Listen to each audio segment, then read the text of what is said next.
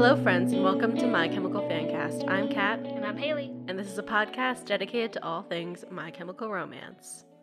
So today, we are wrapping up Revenge. Mm-hmm.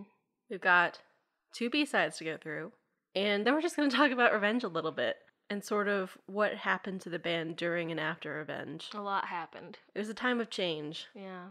If you haven't heard the news yet, we have a Patreon account. You can find us by searching Chemical Fancast, and also we'll probably tweet a link or something. Mm-hmm. But if you want to support our podcast, be a patron. It'll be cool.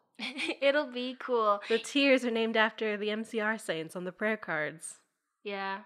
We tried to give you guys as much stuff as we could for each tier, so we try to make it worth it for you. If you like our podcast enough to support it with real monies, then real money. Even $2 are real money. Yeah, even $1. Even $1. So we try to make it worth it for you guys.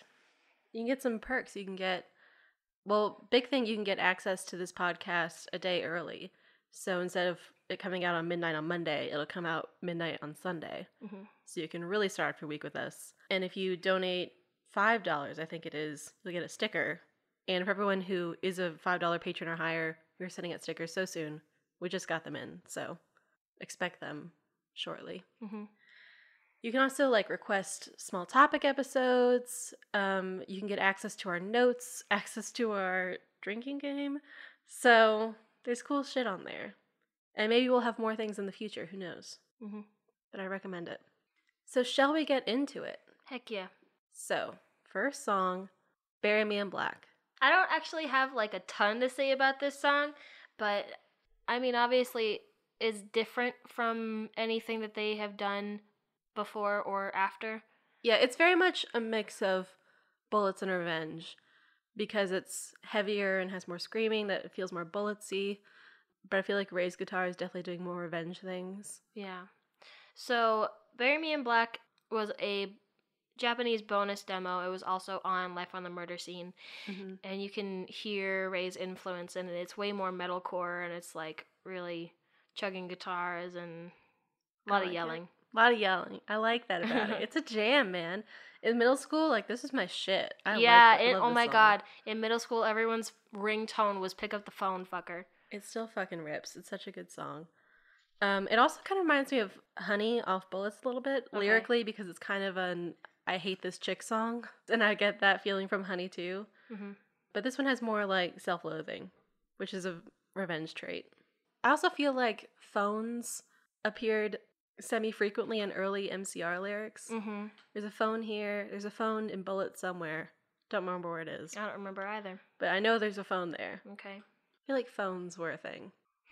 I think because they were new to them, they were like, well, we have this new technology. I think it's also that people just called each other more, you know? Disgusting. Yeah, it is disgusting. There's also, do you remember that photo shoot where they're in a kitchen and Gerard's on the phone? Yeah. I just think that this sounds so stupid to anyone who's older listening to this, but we don't call each other anymore, okay? It's very rare that we call each other. It's usually for short pieces of information, I'm here, where are you, that sort of thing. Yeah. Sometimes you'll be on longer calls, but it's really rare, especially with your friends. Yeah. If you're if you see one of your friends calling, you're like, what? Yeah. What the fuck? I'm like, what the fuck is wrong? Yeah, what's happening? Unless I'm supposed to meet you somewhere. But yeah, that's a thing that's 90s and early 2000s phone culture. Calling culture. Calling culture is still a thing. Oh my gosh. And it stands out to me because it's not a thing as much now. Yeah, I mean, I used to... Don't call me. Don't call me. I used to talk to people on the phone all the dang time. Yeah. I wanted a phone in my bedroom. That was my desire, was to have a phone that was made of clear plastic. Yeah, the clear so plastic, you see the tech inside. Yep, that was a very 2000s thing. I would go into my mom's room and I would use the big phone with the spiral cord, and I would take it as far as it would go and pull it into my own room, which was right next to my mom's.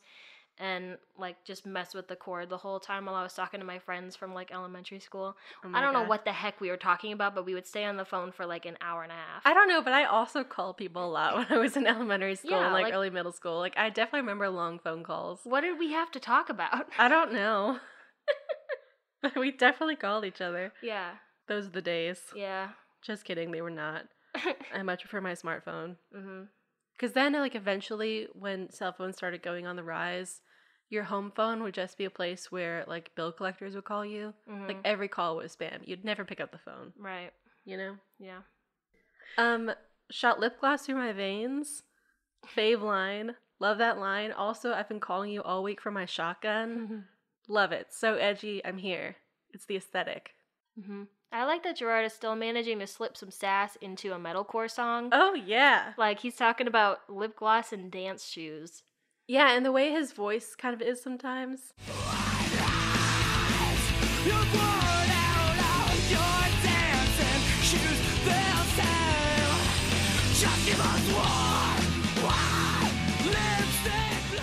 Very sassy. Mm-hmm. And also, I love left channel background vocals, Gerard, Yeah. doing his little thing. Mm-hmm. I really enjoy that. I always enjoy background vocals, Gerard. Yeah. I just really like how he sings in general, but also on the song. Because, like, are his vowels weird sometimes? Sure. His vowels are always weird. Sure. Yeah, they're weird. Okay. Is his mouth really wide in places where you wouldn't expect it to be? Yeah. Does he scream a lot instead of actually hitting a note? Maybe. But I feel like they're really distinct Gerard singing characteristics. Mm-hmm. Because he doesn't sound like other people. Like, he's not like a whiny pop punk singer. Mm-hmm. Like, he's not very nasally, and he doesn't sound like a small boy. And I feel like he has a very natural transition between singing and screaming, which I feel like other people do not. Okay. It's like one or the other. Mm-hmm. I like that. Yeah. He definitely has a distinctive style, and we've talked about his vowels before and how distinctive they are. Yeah, he's pretty recognizable. Also, is the lyric high explosive lies or high explosive lights? Because there's like a couple different sources where I can't tell. They're different. I feel like it's lies because I feel like I heard an S. Yeah. And I feel like I didn't hear a T, like a dentalized T.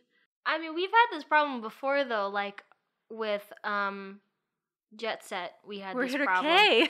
where we heard like a fucking O and like a K. And a K. And there was no K. Nothing even close to a K. I don't know, because that verse's lyrics are, these eyes have had too much to drink again tonight. Black skies, we'll douse ourselves in high explosive.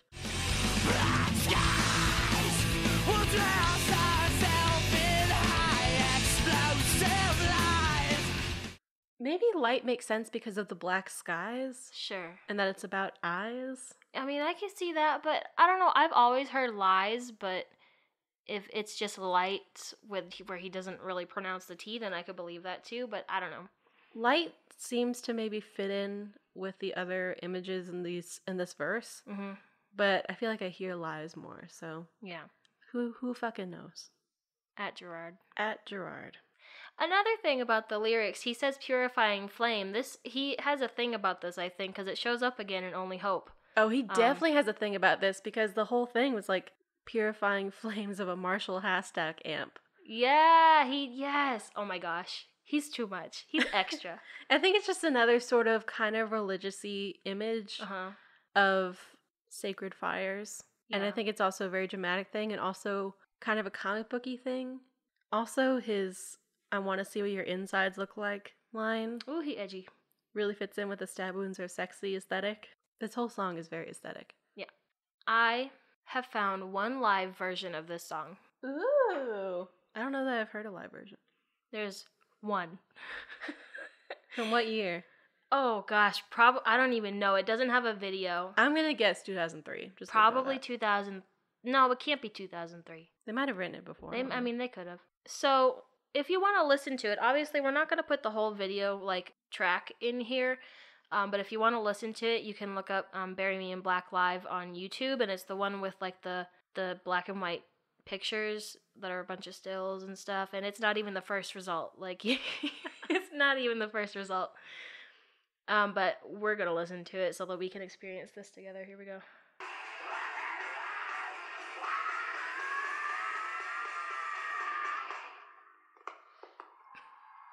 I think he just threw the microphone. I don't know what I happened. absolutely think he just threw the microphone down. That was an experience. It is an experience, isn't it? I don't know what the fuck he's saying. No Everything fucking sounds idea. different. I don't know if this is like a demo version of it or like. Well, it's a demo of a demo. Yeah, demo of a demo. I don't know, man. I don't know what's going on, but it's different. The words are different. He might have just been making shit up. I don't know, but I like it. His screams are great and also kind of hilarious. He's squeaky. He just goes for it. I really respect that, but sometimes respect it's really it. funny. I don't know. I mean, this obviously didn't make it on the album. Yeah. I think it was in the track list for a long time because when certain magazines got like a sneak peek at Revenge, this was on the list of songs they listened to. So I think it's in the running for a while, but maybe the fact that the lyrics are different is why it's not on the album. Maybe he just like could never find something that fit right. And also, I mean, it sounds distinctly different from the album. Mm-hmm. Yeah, 100% different. And guess what note shows up here? It's on his way. And he does it a couple more times in the live version. Yeah. Which I love when he hits it live, when he actually hits it live, because he doesn't do it a lot, but when he does it well.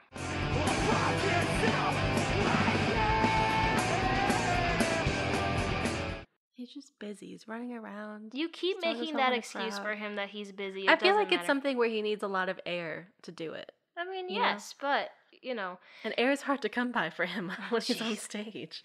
And we've talked about, like, that he has to belt it out or it just doesn't happen. It's a belt note. Yeah, he has to, like, yell it because, like, he doesn't have a lot of control over it. So if you have a lot of control over the belt part of your voice or, you know, the upper range, then you're able to kind of pull back from it. But if you don't have a lot of control, then he just has to kind of yell it.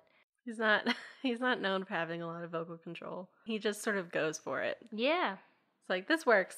It's fine.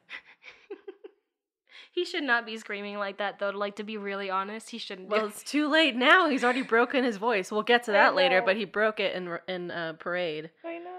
He can do whatever he wants because he's young and it's impossible to ever break your voice, right? Nothing bad will happen. I think even if you told Gerard, if you went back and told 2004 Gerard that he was going to break his voice if he kept doing that in 2008. He'll be like, fuck you. Yeah, he'd say, yeah, I'm still going to do this. Here, tell me what to do. All right, anything more to say about this song? Nope. Then we will go to the next song, which is Desert Song, which is one of my favorite MCR songs. I like this song a lot. And my old school ringtone. Oh my gosh. This song totally makes me cry sometimes, especially the live versions of it that they played during Black Parade. My heart. It hurts. There's another Life on the Murder Scene bop. They put all the bops on Life on the Murder Scene. They really fucking did. I wish that they had performed this live more. Like, I know that they performed it a couple times, and those couple times were fantastic, but I wish that they had done it more. I don't think they did it in the States. They did it in, like, the UK and Australia, and I think those are the only videos that are up. Tragic. But it was really nice. Yeah. I don't know if it was an ending song or not. Maybe it was. Probably. That feels right. Seems like a good ending song. They would do it with Ray on acoustic and James on keys, and that's a really good combination. I really enjoy that. Gerard said he isn't really proud, or wasn't really proud of this song. I think he's changed his mind since then. Yeah. He did want this. He went on Twitter and said that he wanted this as the ending track for Revenge, which I totally disagree with. But I think he's made his peace with it now, but apparently he was super drunk while he was recording it, and he doesn't like how they sounded. Yeah, it's the only song he ever recorded drunk. Yeah, so he mentions it in Tom Bryant's Not the Life It Seems. My favorite book. He says, we'd be professional in the studio, we wouldn't drink in there, although I tried to sing drunk once and it was the worst take I ever did. And then Frank says about this song, to record Desert Song, Gerard just got wasted all night. The final recording was just drunk. It fit the mood of the song, though. It was more like he was playing a character, and in order to play that person, he had to get fucked up. I think Frank overestimated the character part of the song a little bit, because I feel like the lyrics make it a really personal song about being in the band and about the downward spiral that Gerard was in. And when they played it live, Gerard introduces it as a song that's about the band and being in the band. So I think Frank gave him a little bit too much credit with the character thing.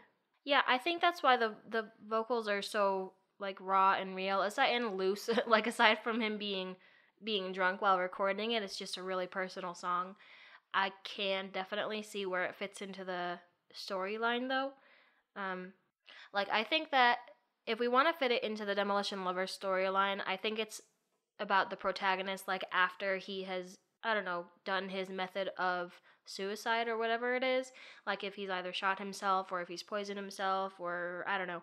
But I think he's, like, laying in the desert dying. He went back to where everything began. The desert. Yeah, the desert. That's where he first lost his love. And so he went back there, and now he's bleeding out. This is like his swan song. It does feel very swan songy. I've never thought of it in terms of the Demolition Lovers storyline, just because I feel like the lyrics speak so strongly to it being more related to real life. Mm-hmm. But it definitely does have a swan song feel to it. So I could see that. But it's also just really fucking sad. Yeah. It's such a heartbreaking song, especially when you listen to it in the context of it being about Gerard and the band. It hurts so much, especially the bridge, like from the van to the floor, from backstage to the doctor, from the earth to the morgue. All right, take a breath. It hurts. We're all right. Everything's fine. It just feels like there's a lot of like suicidal thoughts in there, or feeling like destruction is inevitable, which is why it feels like a swan song. Mm-hmm. And it's really heartbreaking to hear, and then also to know that it's a personal song about being in the band. Right. He's going through a rough time, man. Yeah, he was going through it. It's a rough song. It's so beautiful, though, but also, like, so sad. And the A is here. I'm sure it is. I'm sure it's all over this. Yeah, here it is again. And okay. I'm going to say something that might be a little controversial. Wow, I'm already ready to fight.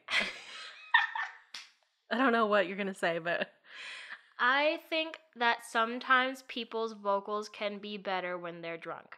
I don't think I understand what you're saying. I don't think that his vocals are necessarily better here. I just think that I feel like there's less control in them. Yeah. And so that it's really easy for him to, like, belt and, like, go for those highs in a really big open way. Yes. It's more relaxed. Before anyone comes at me, I am not saying that I prefer Gerard drunk or that I want him to be drunk ever again or anything like that. I'm saying that on a physical level, it's easier for him to open up singing when he's drunk. I don't necessarily prefer these vocals for him, though. Like, I enjoy these a lot, but I think the lack of control becomes a problem when he comes down from that. Mm-hmm. And, like, his mouth is really closed on the lower notes, which works for the song, but, like, that's how we sing all the time. Might not work all the time. And I think they're good vocals. I don't think they're his best vocals. No, I'm not going to say that they're his best vocals ever, but I am going to say that A is pretty solid, and I don't hear a lot of effect on it. Oh, yeah, I don't think there's much effect in this song at all. Yeah, whereas most other... Perhaps I say naively, not knowing how that works, but... Whereas most other songs I feel have way more effect on them, but this one I don't hear a lot, so it's more... Like, it's way less controlled, but it's way more natural. Mm-hmm. The bridge, though, is so pretty. Mm-hmm. So pretty. It crushes me and makes me want to crush things. It's just so gorgeous. And, like, when he goes into the big morgue... From the earth to the morgue, morgue, morgue, morgue. Round tonight, will it ever come? Spend the rest of... Oh, everybody loves that. A tearjerker. Heck yeah. So good. He's such an emotional singer, and it's so good. And I like that you get those emotional vocals with a stripped-down song, because it really puts them at the forefront. Yeah, they don't have a lot of these kind of ballady, like, stripped-down songs. No, they have this one in Early Sunsets, and then they have I Don't Love You and Parade and Cancer. Even but that. there's so much else going on in those songs, so much other instrumental things, that it doesn't have the feeling of this song. Mm-hmm. The guitars are also really pretty, especially the electric guitar on the right channel. So pretty. I'm going to guess that it's Frank, just because Ray plays the acoustic live and because it kind of fits with what Frank did for Early Sunsets. Mm-hmm. There's also, when he says, from the lights to the pavement, that part, starts up this little synth thing in the background. From the lights to the pavement, from the van to the floor, from backstage to the doctor. It kind of sounds like violins, but I think it's a synth. Mm-hmm. And it goes through the whole thing to the end, and it's a really good extra touch. I really like that too. That's all I got to say about that. Such a pretty song. Yep. Shouldn't end the album, No. but a pretty song. I'm glad it was an extra like bonus track on Life on the Murder Scene. Yeah, they maybe could have like put it in place of interlude or something, maybe. Nah. But it doesn't really fit the album very much. But I like it nonetheless. Mm-hmm. Speaking of interlude, I'm gonna double down on my theory that they had 12 songs and wanted to make it 13 because it's a spooky number, Mm-hmm. and that's why they added interlude. Do you have further proof to back this up? Or is it No, just a thought besides you just had? knowing them. Oh my gosh. I just know them and know that they were like, you know what, guys, we can get to 13 pretty easily. Mm-hmm. It might have been Frank, honestly, that pushed for it, because he said that he feels like 12 is too few and 14 is too many. So Yeah, 13 he's is got kind of... 13 on his guitar. He is the big proponent of 13 because it's spooky, because it's the opposite of 31, and because it's a big tattoo culture thing. Mm-hmm. In any case, I think those spooky motherfuckers wanted it to be 13. That makes sense to me. Shall we talk about Life on the Murder Scene? Heck yeah, we should. Okay, so Life on the Murder Scene as an album is fantastic, and you should listen to it. I love all those live tracks. Thank God for MTV $2 bill. They brought us so many good things. As a documentary, it is a mandatory viewing experience for any holiday or celebration. Mm-hmm. If anything important happens in your life, you should immediately turn on Life on the Murder Scene. It is the only way to properly celebrate anything. Mm-hmm. Yep. It's so comforting. It is. My friend and I used to watch this on repeat at sleepovers until like 4 or 5 in the morning. And we memorized the damn thing. Yeah. When you watch it enough, you just sort of... Yeah, it's like memorizing your favorite movie. Yeah. Like Princess Bride, I can quote front to back. Life on the Murder Scene, I can quote front to back. Yeah. I'm kind of messed up on it because sometimes I would watch it out of sequence. Don't ask me why. But yeah, there are a lot of nights where I'm like, I want to see this one part of Life on the Murder Scene because I can't remember what they said, or like I just want to see it again. Right. So I play it and then I watch the entire Life on the Murder Scene. Yeah, that'll happen. And then I go to bed at 3 a.m. Yep.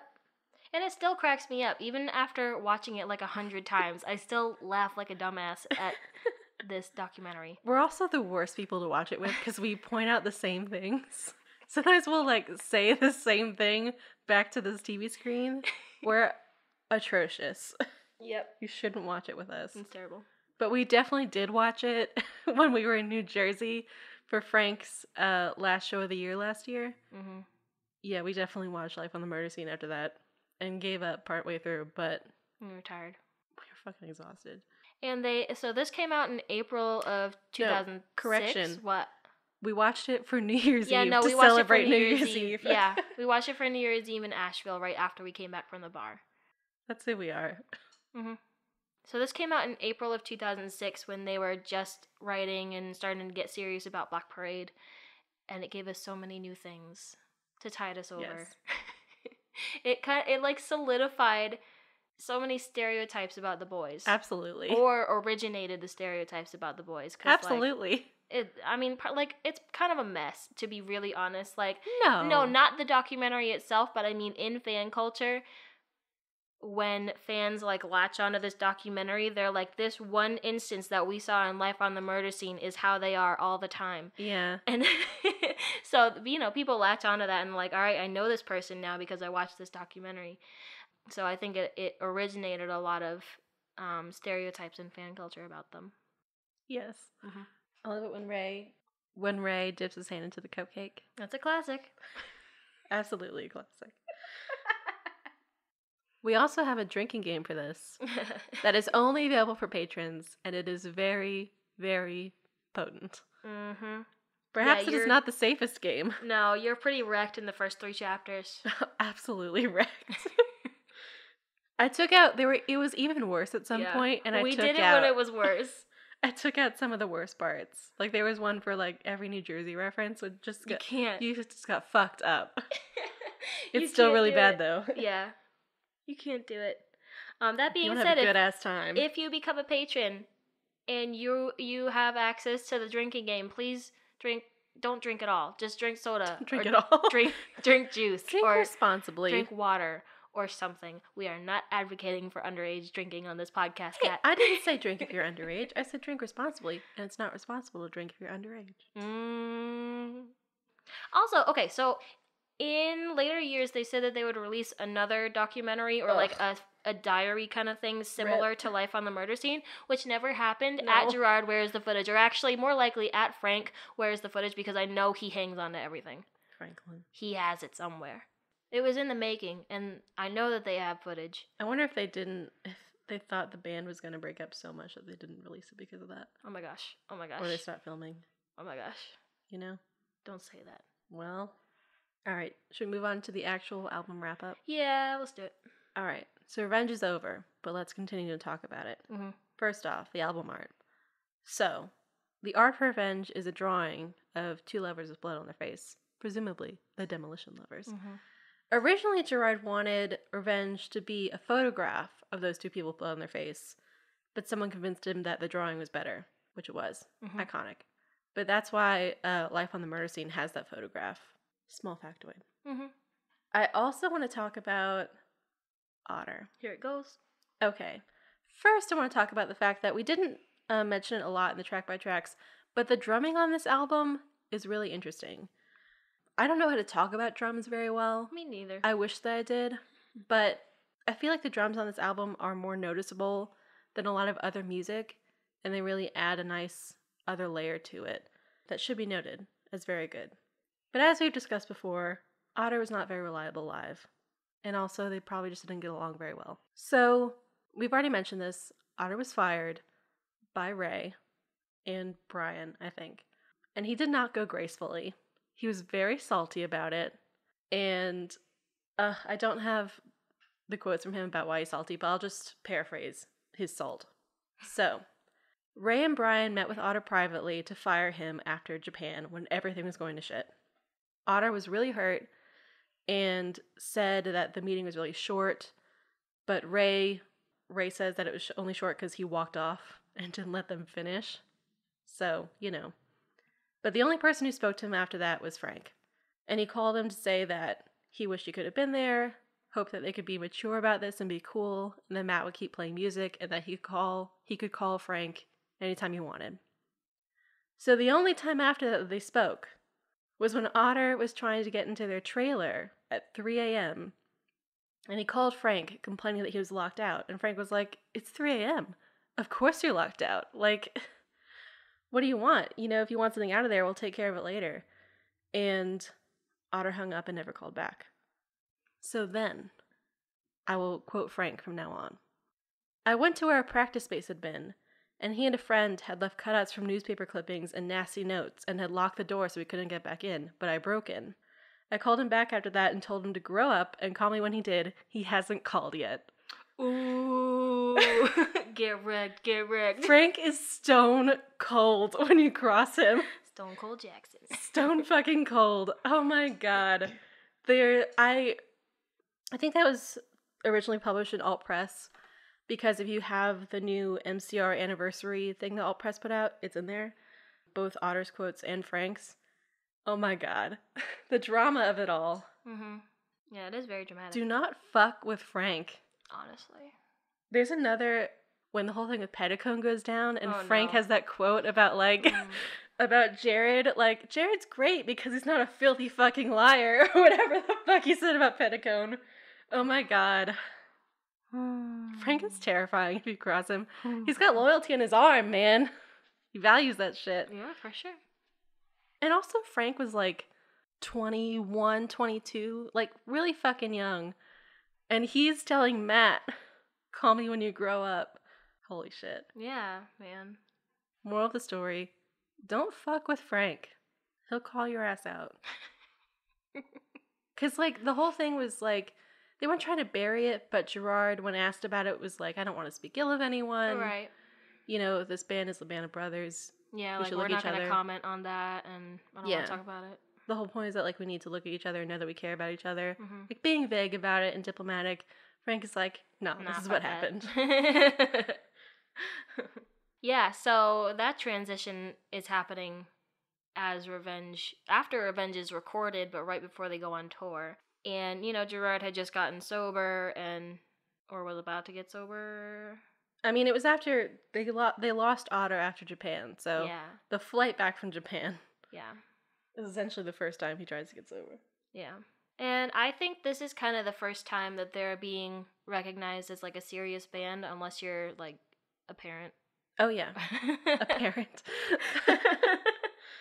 Like, if your child is listening to this and they bring it to you and you hear the music or you see how they dress, you're like, oh, it's that kind of music. Well, I mean, this is, like, the time when they sort of launch, like, they take off. Because Brian, in Life on the Murder Scene, says that, he and the label agree that selling 300,000 would be good. But they got to, like, half that number just in the summer after the record dropped. And by the time they released Parade, it had sold 1.5 million copies. Like, it's so big. Mm-hmm. And so much bigger than Bullets. Yeah. So this was the time when they became, like, a mainstream band. Right. You hear them on the radio. You see them on TV. It's just, like, a huge fucking deal. Yeah. They have action figures of themselves. What the fuck? Yeah, What band that's has crazy. that? That's crazy. They're on TRL. They're at the VMAs. They're everywhere. Mm-hmm. And yeah, they become the face of this sort of fashion trend. Yeah. Of teenagers. And teenagers start listening to them a lot. And start modeling themselves after them with their makeup and their clothes. And they write their lyrics and their hair. And they write their lyrics on their notebooks. And they, like, this is also when social media is starting to take off with MySpace. And so everyone's got stuff about them with their MySpace. Or they have a live journal. You're a Friendster. A live journal or a Zanga. A Zanga! Yeah. And you could also kind of reach them at this time because they had AIM. And it's not like any rando could, message them, but, like, they had AIM, and sometimes they would talk to people on AIM. That's crazy. Gerard did an interview on AIM one time. Yes, he did. That's nuts. It was a wild time. They just suddenly got so big so fast, and teens started to, like, sublimate them into what they were doing. Mm-hmm. And this isn't yet where they get all the mainstream media backlash. That's coming later. But this is sort of setting the stage for it. Mm-hmm. Because all the teenagers are getting into it. Yeah. And when teenagers get into something, it's bad. It's bad. The adults will take issue with it. Yeah. And also some people thought they were literal vampires. That's the funniest thing. What a time. Mm-hmm. Like, they asked them that with some frequency. Which is weird. They're like, no, I don't. Do you think that vampires are real? Because I remember Gerard doing that in an interview. He was like, no, because vampires aren't real, and I'm pretty sure you know that. I don't know what was going on. Or if they were asking, because some people, like, are really alt or goth and think they're vampires and, like, sharpen their teeth. And some people, like, drink blood and stuff. But I don't know. They're not immortals. They're not. No, they're not immortals. You can do everything and they about can't being live a off vampire. the blood. Yeah, you can do everything about being a vampire except live off blood and be immortal. Yeah, those are the Which two is like main the things. two main things about being a vampire. You can walk the walk.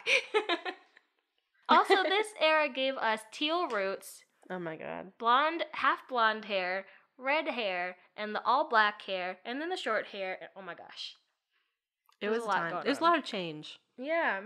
And the vest and the armbands. We talked about this in the fashion episode, but I love that the fashion. vest, the armbands, the gloves, the ties of varying colors, the jackets. So this is where they kind of, especially with like the armband and then the wreath of guns around it and everything, they become kind of a brand and a business. And, much to Gerard's dismay. Yeah, they weren't really used to that. They were like, I don't know about that, Chief. But it definitely happened here. They had a look. And when, I mentioned this, I think, in the fashion episode, when people think of Gerard Way and they don't know a lot about MCR, they think of Revenge Gerard. Yeah. It was so iconic. So, what, did you have something else to say about it? Not really, besides that this is, like, their second album. Yeah. Their second, like, they recorded their first album 2 years ago. Yeah. In New Jersey on an indie label. Sold not that many fucking records. Mm-hmm. And their second album, they're already everywhere. So fast. That's so nuts. it was never going to go well. So they return from the revenge tour like around December of 2005.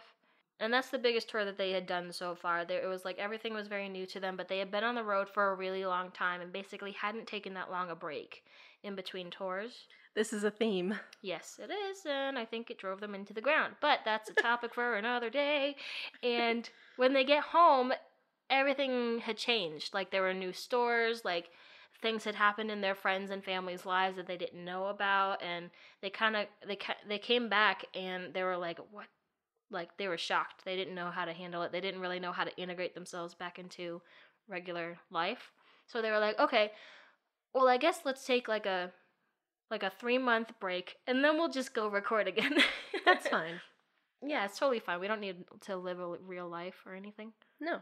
And Gerard had kind of roughly plotted out MCR from Bullets to Parade early on. He at least had like the foundational ideas for everything. And when they go into Parade, they know that they want to make a really big, ambitious record in the vein of like The Wall or Sgt. Pepper or A Night at the Opera. They want it to be big. And Revenge has suddenly become a giant hit. Like, Revenge is already huge. Yeah. But somehow their next record has to be even bigger. Mm-hmm. Like, that's something that comes from them. They wanted every record to top their last record. And so now you have a huge challenge in front of you. Yeah. When your second record has already made it big, and your third record somehow has to be better. That is a lot of stress. Yeah. And it results in, Parade is a masterpiece, but it will also lead them down a treacherous path of recording and touring. Yeah. Which we'll talk about later, but it doesn't go well. During their Revenge tour, they were even recording like demos on their bus because they had a makeshift studio in the back of their bus while they were touring on Revenge. That mirrored lounge. Yeah, and 70s they lounge. recorded stuff there, and then some of the songs that they recorded on the bus, most of it they scrapped because they were like, this isn't big enough. But some of the songs they kept, and that was Disenchanted, Dead, and I Don't Love You, and obviously they were tweaked a lot. Mm-hmm. But yeah, those are the basis of those songs. They kept them in Parade, and everything else they were like, nah, this is not good enough. Yeah, and you can see Gerard singing a little bit for a demo for I Don't Love You on Life on the Murder Scene. Mm-hmm. Sounds really different, but really good. Mm-hmm. Yeah, that shit, produced good art was a bad idea. Yeah, they focused a lot on like death and a lot of dark stuff. And like we'll talk about the concept later, but was this healthy for a relatively newly sober Gerard? Oh no, it was a bit terrible. Not a bit. But this spoilers. We'll get to all this later. Such spoilers. I'm just very excited to talk about it. I know. I can't I'm wait. excited and also scared because it's such a big record. Yeah. Back to Revenge. Yeah. So they'd had a lot of mainstream success, and when you get that big, especially when it's your second record and you moved from an indie label to a mainstream label, people will be upset with you. And so plenty of people from the scene that they came from accuse them of selling out, which is a stupid concept. But here's what Gerard said about selling out in a 2005 Vans interview. Selling out is selling out your beliefs for something. It's not standing up for yourself. It's letting people shape and manipulate you into what they want so they can use you and make money. Writing a song to write a single is selling out. Writing a record because it's what you feel isn't. I think that's a really good summation of selling out. Yeah. Because just making money isn't selling out. Yeah, I think that's what people think is selling out is when you start to make money, but that's just being successful. Yeah. And MCR, I always say they're unique, and I, maybe don't have the credibility to say they're unique, but I feel like they consciously went into this whole thing wanting to be a bigger band so that they could shake up mainstream music. And that feels like a goal that other bands don't usually have, but that is something that they consciously wanted to do. So selling out doesn't make sense in that context. Mm-mm. But they got a lot of animosity from the indie and emo scene that they had left. And I think that sort of contributes to the hate for them that continues even to today. Mm-hmm. I think hate's coming from all sides. Hate is not quite coming yet from the mainstream side, but it will very soon. But hate also comes from the smaller side of the scenesters that don't like them. Mm-hmm. And it also comes from Marilyn Manson, who decided to pick beef with them at this time because they stole his look. I don't even fucking remember. He did not fucking patent a bar across the eyeballs. He was very upset about it, wrote a song about it. It's not proven that he wrote a song about it, but like he wrote that song about it. He wrote a song about it. Yeah, it was a weird time. They also, at this time on stage, this is when they start to do the whole thing where they talk on stage about mental health. Mm-hmm. They talk about sexism and homophobia and a variety of scene sins like gatekeeping or judgment or quote-unquote cred, whatever that means. This is where they start integrating that into their live shows and into their ethos as a band. Because they didn't really do that as much in Bullets, I think. But Revenge, they definitely did. Yeah, Revenge, they got really comfortable on stage and they got to know their fan base. And they were like, oh, okay, so this is the type of fan that we have, is this kind of marginalized group or a younger group or like 16-year-old girls or, you know, a queer fan base or anything like that. That's the kind of fan base that they had. And they were like, okay, so since this is who comes to see our shows, anybody that doesn't like our fan base, we're going to have to tell them what's up. So, yeah, and I'm glad that they were vocal about that because not a lot of people were super vocal. This is where they start being like the rock band that hates other rock bands. Mm-hmm. Do you have anything else to say? Is this it for Revenge? We don't have anything else to say about Revenge? Oh, man. We'll probably have something, but I can't think of anything right now. But if we think of it, we'll have to just throw back to it. Oh, man. Yeah, we're going to have to let it go. Revenge. That was Bullets. I know. We need a different metaphor for Revenge. So I think we're going to do a couple fanecdotes so we can at least fucking catch up with the amount of fanecdotes that we have. Take it away. Okay. So our first one is from Sherith. Hello, Sherith. So she starts, MCR was part of my youthful rebellion. I wasn't supposed to listen to music like theirs. I would go to fairly elaborate lengths to get my music fix, like hiding tracks of My Chem music on burnt CDs. These were carefully created playlists with a mixture of acceptable songs that I could skip as needed when my parents were around. Incredible. Innovation. After that, I must confess that there were a period of years where I was an unfaithful MCR fan. Stuff happened, like a friend, quote, borrowed and never returned, unquote, my illicit burned CDs with hidden MCR gems. My old laptop with all my music on it crashed. I went a number of years without home internet for various reasons. Life happened, I got married, and MCR faded to the back of my memory. Then this summer, out of the blue, I became obsessed with MCR much more than ever before. I currently try to ration my MCR listening. I tell myself that I can only listen to their music if I am running or at the gym. Don't ration it, Cher. Come on, lean into it. It is strong motivation for me to get my butt moving. I cannot tell you how delighted I am that your podcast appeared like magic right when I developed my new MCR fixation. This music, yes. Who are these dudes again? Oh, yes. I dove into learning about them, including reading all of Gerard's comics that I could get my hands on. Added bonus, he has turned me into a comics fan. Love from Sherith in freezing cold Canada. She also included a bit about her husband looks like Gerard, and it was very cute. All right, so I've got the next one.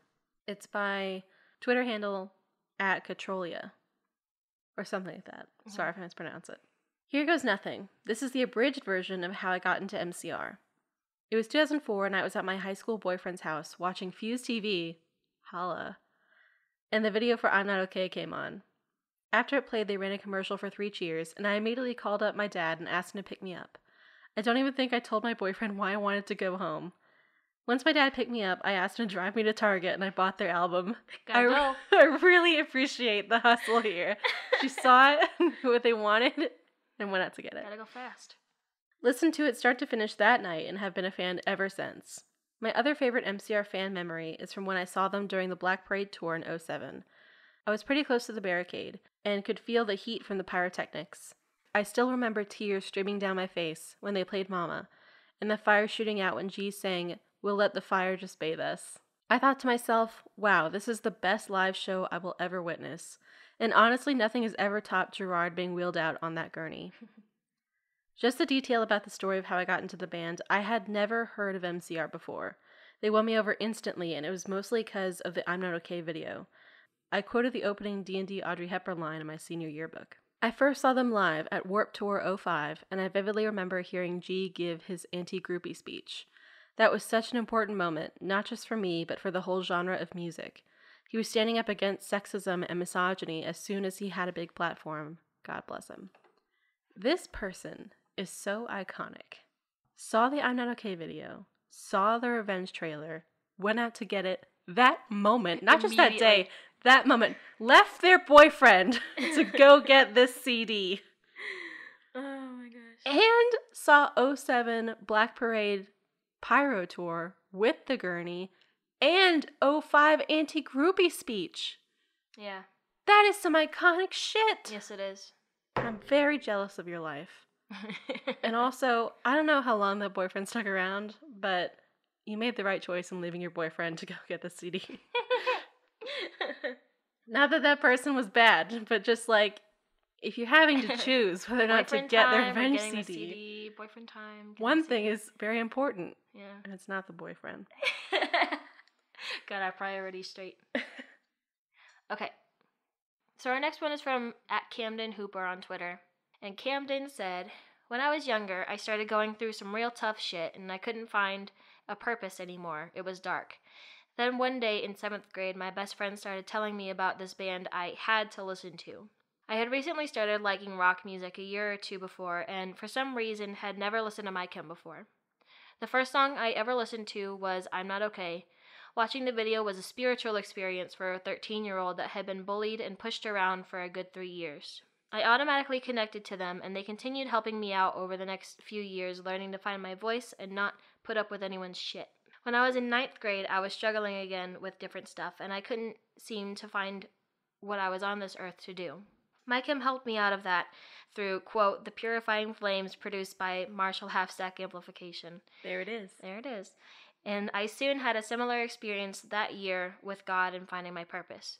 I thank God every day for My Chem. I wouldn't be alive without those bastards. Now I have a rock band with my best friends. We plan on saving people and the world. Stay tuned. Awesome. Heck yeah, Camden. Do that shit up. I think we'll stop there Mm-hmm. and save the rest for later. Yeah. Our next episode will be in January because we're going to take a small Christmas break. So we'll be back in January with Black Parade. It'll go faster than you think. It will not, but yes. We're back in January with Black Parade. We may put in a revenge topic episode at a weird time in January or February. So watch out. But new year, new album. Mm-hmm. It's going to be great. I'm kind of scared to cover Black Parade because excited. it's such a big, important album. I'm very excited. But I'm also so excited because it was like the big album. Mm-hmm. Like Revenge is cool. So Black Parade was the one that I was like super on board with. Yeah. And it's the one I think most people got introduced to them with. And it's going to be a time. So now I'd like to give a shout out to our Patreon patrons. These are the people who have very, very kindly given money to our Patreon so that we can keep giving you this podcast every month. Our aims right now are to cover our hosting costs, which I think we've mostly met. Our small stretch goal is maybe to get enough money to get all of our shit back up on SoundCloud again, because that shit's more expensive than you think it is. SoundCloud's got a weird system. Yeah, it does. So if we get a little bit more, then we can put all of our episodes on SoundCloud again, and that'll be cool. But here are the people who help us make this podcast. Tim Malpass, Vienna Langton, Gabrielle Dauber, Quinn Torrens, my mom, Hey, Mom. Tara LaMantia, and Cherith McGregor. Mm-hmm. Thank you guys so much. Heck yeah. So close to our heart. Shout out to my fucking mom. Guys, my mom was an MCR fan. I love it. You have no idea.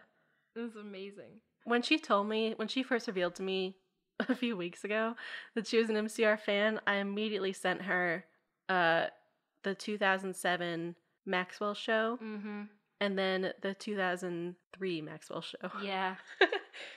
Yep. Which is before Roxanne resurfaced it, but whatever. It's such a weird thing that's happening. I know. So, this is going to be it for the rest of the year. Mm-hmm. Fuck. Yeah. We're going to miss you guys. Mm-hmm. Get ready for Parade, though. Holy shit. Get hyped, my dudes. Get ready. Parade is where shit gets real. Mm-hmm. You got an adventure coming up. But anyway, thanks for joining us on this journey through revenge. So in the meantime, you can follow us on the socials, Twitter and Instagram at Chemical Fancast, on Facebook at My Chemical Fancast, or if you have anything you want to send us, like a fanecdote or just, whatever you want, mychemicalfancast@gmail.com. And if you would like to support us on Patreon, you can find us on Patreon at patreon.com/chemicalfancast. Is that it? I think that's it for the entire year. Yeah. 2018. Guys, next year's 2019. Next year is the year. Here it comes. Holy shit. Kat, What's gonna happen? Why aren't we going to Joshua Tree Desert and camping? Because we don't have the money New to. Year. Hey, big stretch goal for our Patreon. Hey, Give us enough money to go to the desert and recreate Danger Days. It's gotta be in 2019 though. We gotta move this along. Here's what I need from all of you. I need you to set up an MCR fan meetup in the desert where we can all dress in Danger Days outfits. Listen. And just live this world without all the murder. Without all the murder is key. I remember in 2011 when this first came out and like the whole world was revealed. All of the fans were like, "Oh, okay, so we're meeting up in California in 2019, right?" Where the fuck is that? There were so many meetups No one's planned. arranged it yet. I am so sure that there are some that are planned, and they're probably small, but they are mighty, and I want to attend. I need a good ass one. Warner Brothers, are you listening? Please don't. But if you are listening, this is your time. Okay, you had the MCRX thing in 2016, which was okay, but if you guys arranged, like, MCR doesn't have to be there. Leave them out of this. But if you arrange like a Danger Days anniversary edition, and the launch for it is a Danger Days recreation, that would be incredible. Incredible. Mm-hmm. Somebody do this. Anyway. Please don't @ Warner Brothers on our podcast. No, Warner Brothers can never know about this Please podcast. Don't. Ever. We'll have to cancel everything. If we just leave one day. That's why. It's because they found us. But anyway, have a great holiday season. Have a great New Year. Mm-hmm. We're going to see you so soon with Black Parade. Yeah. And it's not like we're going to disappear. We're going to still be on the socials and stuff, just maybe not quite as active. Yeah. But have a great time. Mm-hmm. We're going to try and have a great time. Yeah. We're probably going to watch Life on the Murder Scene again for New Year's. Probably. You should also watch Life on the Murder Scene for New Year's. Mm-hmm. What are you doing if you're not? In the meantime, stay safe and sane and healthy. And get out of here. Get out of here. What are you doing here? Leave. The podcast is over. Leave. I don't want you here anymore. Go. Can't you tell we don't want you here anymore? The Stop episode listening. is over.